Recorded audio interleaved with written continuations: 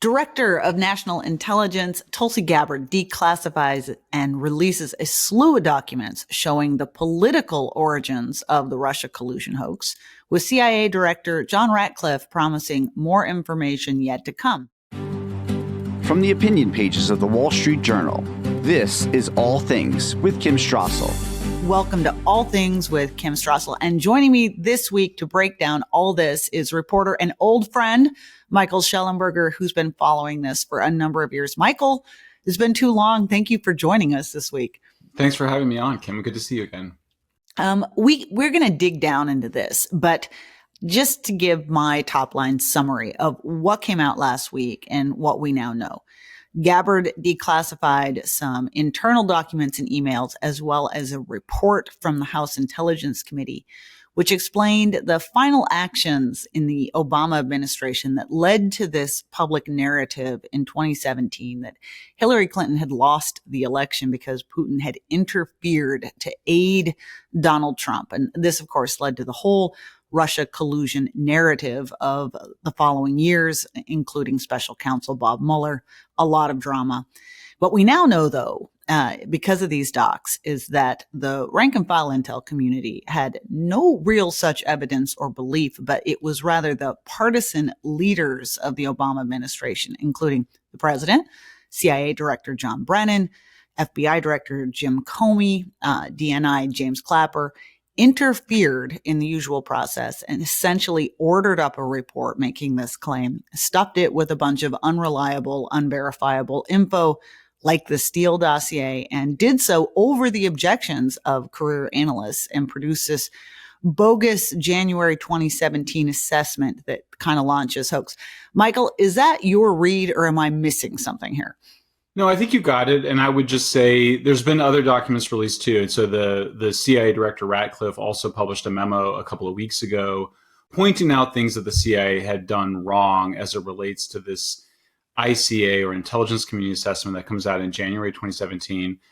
And then, as you mentioned, Director of National Intelligence Tulsi Gabbard also released a set of documents and emails showing a little bit more resolution, a little bit more detail as to the beginning of the Russiagate hoax in the after the 2016 election in December 2016. For me, I think far and away the most significant document that has been released, maybe on all of Russiagate, probably on all of Russiagate, is the House report that you mentioned. This is the House Permanent Select Committee on Intelligence. Everybody in Washington calls this HPSI. So that's the language we should use, is the HPSI report. This is the oversight report that investigated how did they create this intelligence community assessment. There's a whole long history of how they created this report, who was involved in it. This is Devin Nunes at the time was the head of the committee. But I had reported on this existence of this HPSI report last year with my colleagues Matt Taibbi and Alex Gutentag. And so we had a sense of it, and we had reported that, in fact, the intelligence appeared to show the opposite of what it said, that the Russians favored Hillary, not Trump, because they viewed her as more stable and more manageable, in the words of somebody very close to this report. But Kim, just sitting down and reading it, it's 44 pages, and it's incredibly well written, but it is absolutely damning. I mean, because it's actually going through point by point of the ICA and a real debunking of it, and then it's citing all this other evidence. Obviously, there could be a rebuttal to it, although we haven't seen that. But, you know, there is something about, for me, newcomers to this issue, and I hope there are newcomers to the issue, because I think the public still, I think a lot of people, particularly on the left, but a lot of other people, don't really understand how terrible this was and how significant it was. You sit down and read that initial intelligence community assessment, and then you read this House HPSI report, you will see that this was an absolute fraud and a travesty and really a crime against the American people and their decision to select Donald Trump as their president. And that is something that people really hate Trump. I get it. Like, you might really just be against everything the Republican Party stands for. You should not want the intelligence community behaving in this way. It's a very serious problem, because for a lot of different reasons. It's an interference in politics. It undermines national security, corrupting the intelligence analytical process, which is something the CIA and the intelligence community take extremely seriously. Analysis is just a big part of it, because there's obviously the people going out there and collecting the raw data, but really this role of the analysts, in some ways, they're the most powerful people in the intelligence community, because they're actually doing the hard work of interpreting the data. So, yeah, for me, I think that the release of the HPSI report, the most important document we've seen to date, and frankly, it should just change how everybody views this sordid history. I couldn't agree with you more. And the other thing about that HPSI report that really jumped out at me is, first of all, we know that the people who put it together worked on it for 2,300 hours. They interviewed everybody who was involved. And it's written in a very dispassionate way, just as an analysis. And I think that strikes me too. It does not come across as a partisan document. It comes across as a meditation on intelligence gone wrong. And I think that's useful. I want to dive in a little bit into what it says. But before that, just to make sure listeners get the precursor to this, because I think that part is really important as well too, is the documents that Gabbard released from internally from the DNI and other intel community leading up to that assessment kind of lay the groundwork. And what we find out is that prior to the election, the judgment of the career rank and file intel community was that, had Russia wanted to disrupt and cause difficulties in our election, absolutely.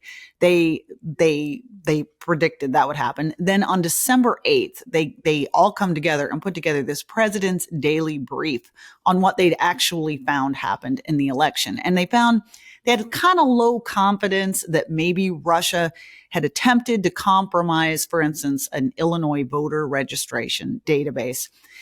They focused more on the fact that they knew that Russia had engaged in a data leaks and hacks during the election.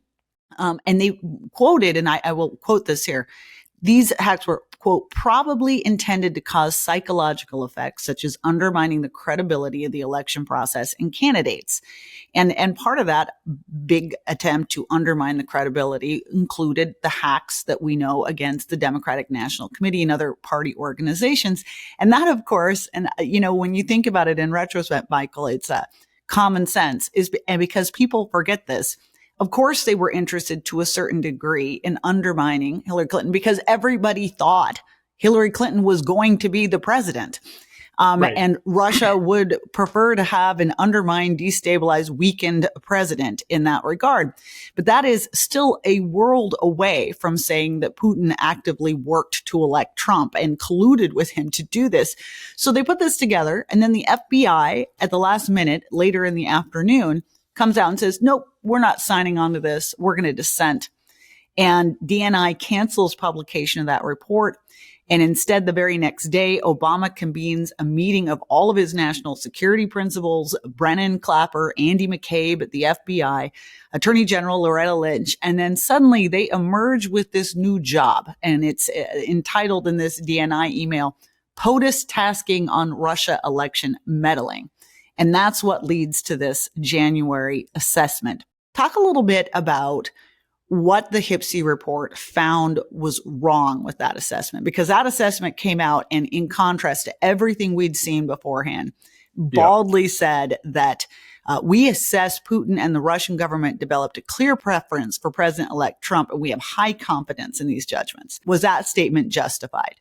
It was not. And that was another thing that did come out in that release that's super important, is that the FBI and NSA said they had low confidence that it was the Russians who had hacked the Democrats, because it was the DNC, but it was also John Podesta, who was Hillary's campaign chair.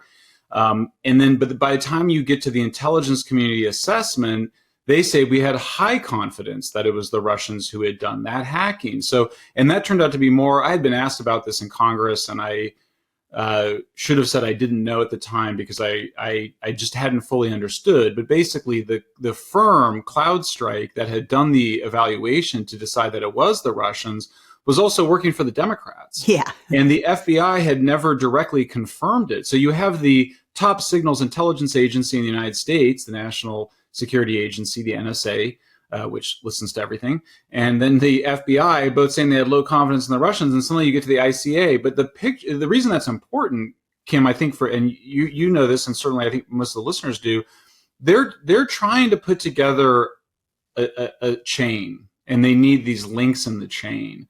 And one of the first thing they have to do is they have to show that Russia had outsized influence on the election. And then Obama's DNI, Director of National Intelligence, James Clapper, spoke to Congress and said that he thought that the Russians had made the difference in terms of getting the election won for Trump. By the time this all gets done and you get to the Rachel Maddow, big crayon level of analysis, the basic picture is Trump is a Manchurian candidate who is controlled by Putin, who won Trump the election and controls him through secret video of a sex blackmail operation, essentially. Yes. And that was the basic end picture that then and that's why it's appropriately called a hoax. But in order to assemble that chain, they had to manipulate the intelligence community process and analysis process. The other thing I wanted to say about that, I think it's a December 9th meet. The December 9th is when Obama convenes his intelligence and security cabinet. It's a big meeting. All of the intelligence community chiefs are there, and plus some others. Hours after that meeting, and this is a meeting where basically Obama's like, go figure out how Russia interfered in the election. That was his mandate. Hours after that, somebody or multiple people in that election go in and tell the Washington Post and the New York Times that the intelligence community found that Putin had interfered to help Trump. Yeah. So where's the investigation? Like, why bother with an investigation? Apparently, the IC already, the Obama team already knew what the answer was. They didn't need to spend any more time. So, I mean, that sort of starts the process. We don't really, we have low certainty that even they did the worst thing. And by the way, you kind of go, there's the hacking of the DNC, which when you interview Democrats in particular, you probably have talked to, folks that say the same thing, is like, they kind of go, that was the big thing. It was like, that was the biggest thing the Russians did and they're particularly butthurt about it because, Access Hollywood tape comes out and it shows Trump making his really derogatory remarks about women. And then these files on the Democrats are released, and it kind of rains on their parade a bit. So they really, and of course the Democrats, I would point out, are looking for somebody to blame other than Hillary Clinton and John Podesta. So you get past the election and they're delighted to have the Russians to blame. But you kind of go, there's that. Then there's some really insignificant social media advertisements, which are not really even clear. There's no clear direction to them. They just seem disruptive and they're just so few. And then there's some Russian bots. And that's kind of it. Like, there's not much more. And so, there's no reputable political scientist in America really now or even at the time that would have said that was anywhere close to enough manipulation to move the election. I mean, it's a very hard claim to make in general, but nonetheless, James Clapper, Obama's DNI, was happy to make that claim. You then fast forward to get to the January release of the intelligence community assessment. They basically do a lot of, one of the things that they're doing repeatedly in different circumstances is they're representing as high certainty things that are low certainty, and they're representing as high quality intelligence things that are substandard intelligence. And that was one. So when you read the 44-page Hipsey House intelligence report, you get a sense of how many of these little manipulations that they're doing to basically come up with a picture that it's not just like an exaggeration. It's the opposite of what we think happened now. And, often we say good disinformation or good propaganda has a kernel of truth.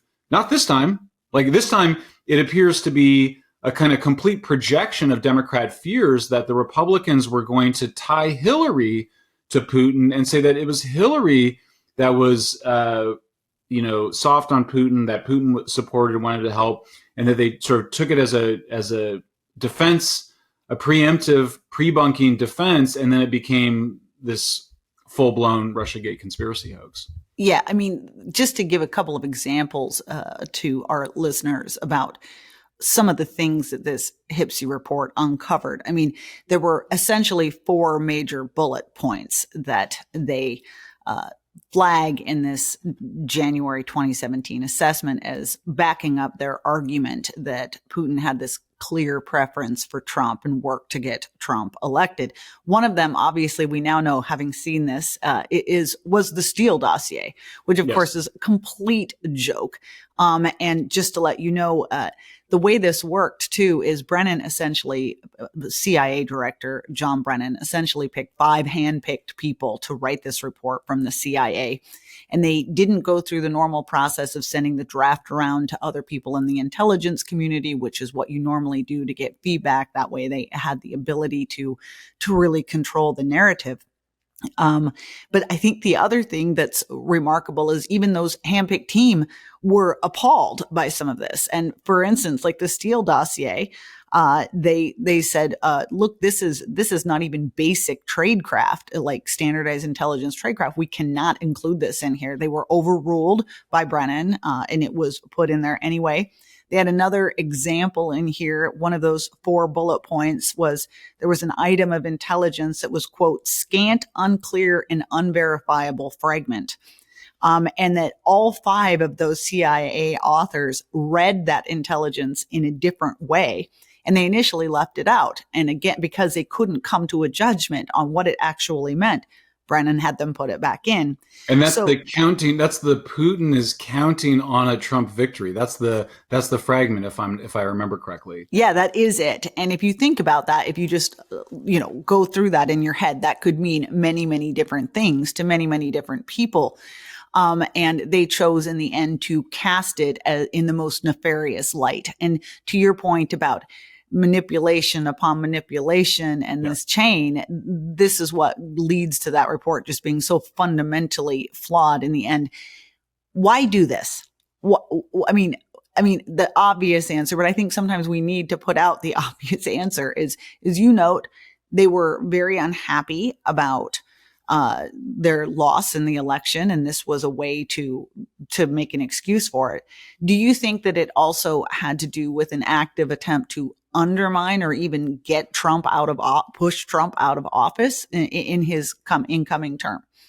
It's a great question. Let me add one more detail for the ICA that I thought was interesting is that, and they had it redacted, but I did have a couple people confirm that it was in fact the Ukrainian intelligence services, which hated Trump, which had come out and criticized Trump, that was behind some of those claims. And so it's entirely conceivable that not only the Ukrainians just made it up, or, even that the U.S. potentially could have asked them to put it in there. It's just one of many things where you get to the final ICA product and there's just this full, messy, ugly reality of how it got there.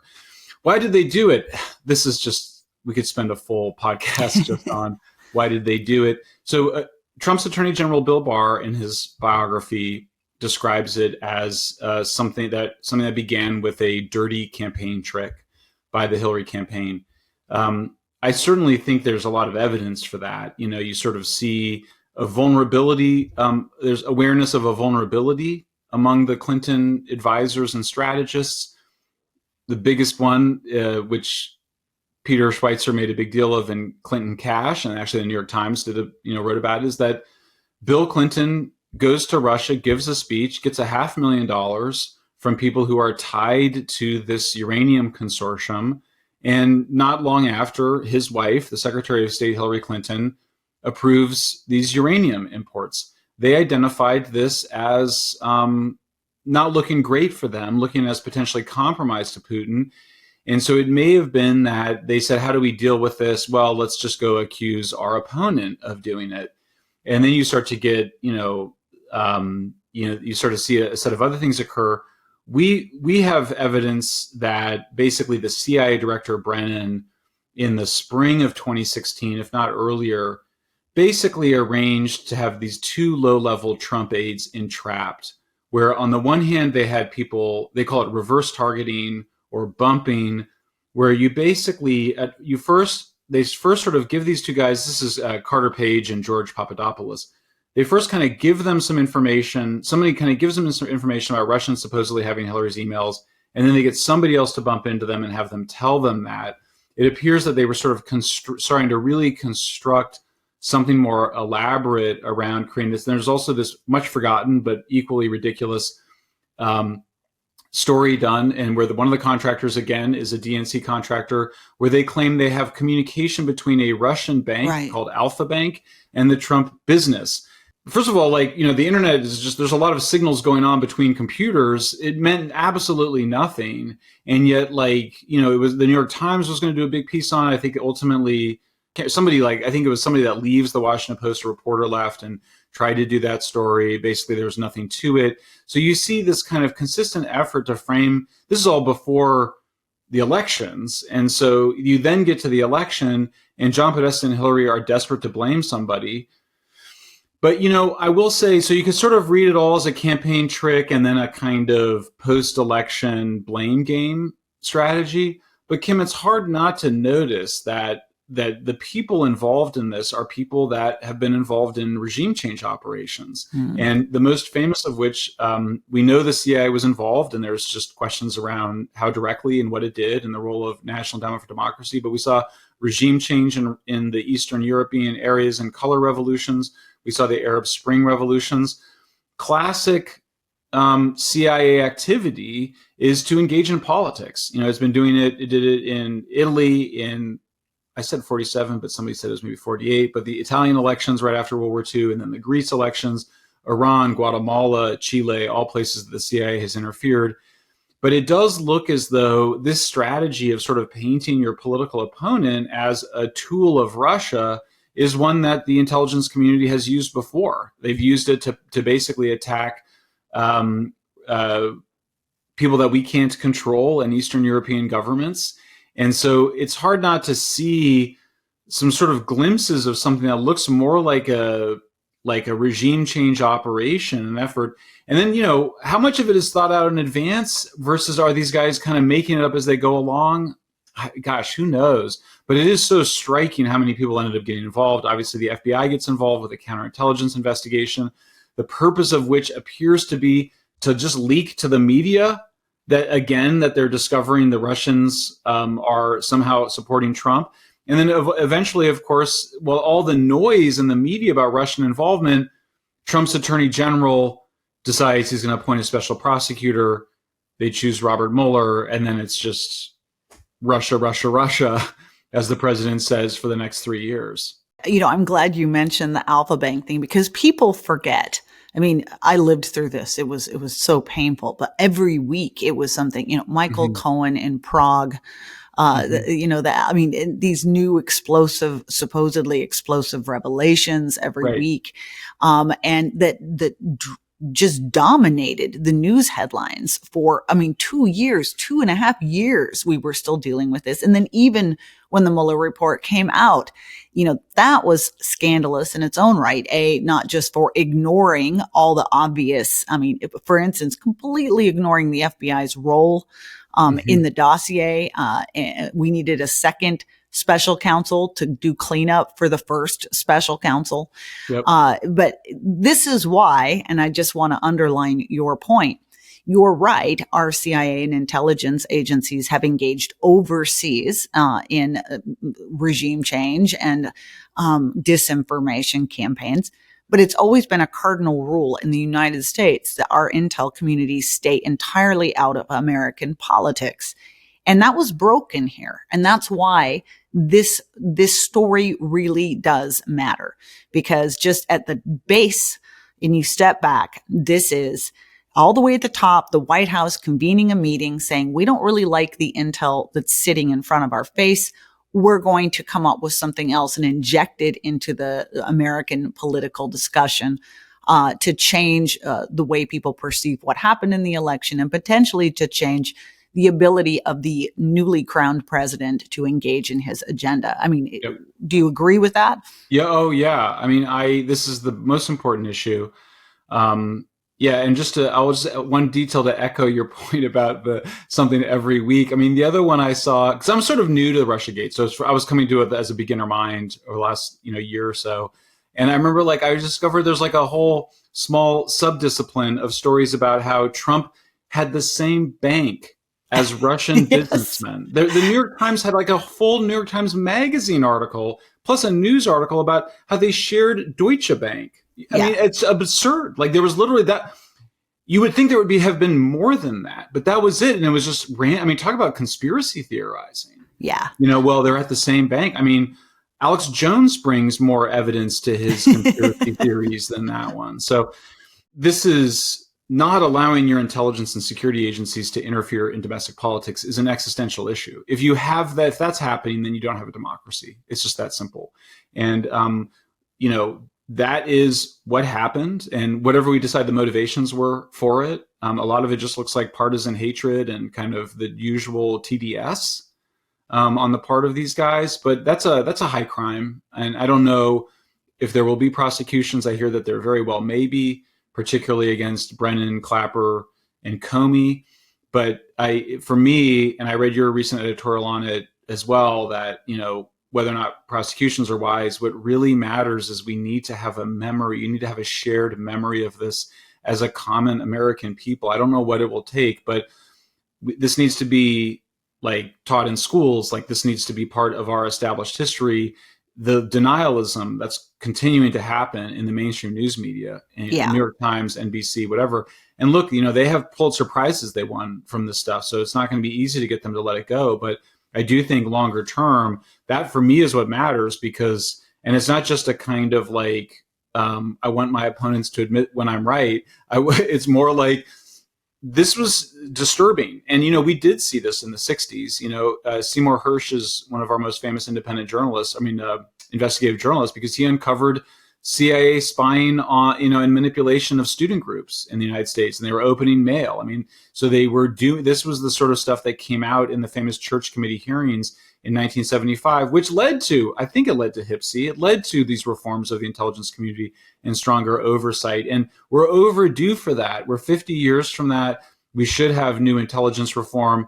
I'm not seeing the cleaning of the house that, I reported last week that the authors, including the lead author, at least I was told a good chunk of the 5 analysts and certainly the lead author are still at CIA. Why? Why are they still there? If you're at General Electric and you participate in fraud and the new CEO comes in and finds that, you get rid of those people because they can't be trusted to not commit fraud. So we haven't had the public acknowledgement that we need of the intelligence community radically weaponizing their positions and abusing their powers. And we haven't had the cleaning of house that I think we still need. And frankly, we're not getting the congressional oversight that we need. I was someone that was happy to see, Trump win because the Democrats had been so terrible. But I would like to see the Republicans using their oversight powers and not just taking their cues from the president. Yeah, I couldn't agree more. There needs to be some action to follow this up, because we talk about accountability, and you're right. One thing that's very frustrating to me is the press and its refusal to just simply acknowledge that what happened here was bad, that we shouldn't want to see it happen regardless of the party. And by the way, too, that if Republicans had engaged in this, it would be the world's biggest scandal, and which would rightly deserve to be as well, too. Yeah. My bigger frustration I have to is with civil society in general. We can debate about whether or not there should be criminal charges. And a lot of these guys will claim that, this was their best judgment, et cetera. But there was a time when if you misbehaved in office, if you abused your power, whether or not it rose to the level of a crime, you were exiled from DC and from DC society. And instead, these guys, Comey leaves, he's fired in disgrace. He gets a teaching job at, William and Mary College teaching ethics and a book deal. Clapper and Brennan get TV contracts. And so, that needs to change as well, too. I thank you for this. You've also teed up an interesting thing. Ratcliffe says we may be getting some more information out soon, including possibly the declassified annex that was attached to Special Counsel John Durham's report. And so we may find out more than what these guys told him. and which would have been under oath essentially. So that's what we'll be looking at next. Michael, thank you so much for your wisdom and all your hard work and for coming on and helping our listeners understand what was going on here. We thank our listeners. If you like the show, please hit the subscribe button. If you'd like to write to us, you can at atkim@wsj.com.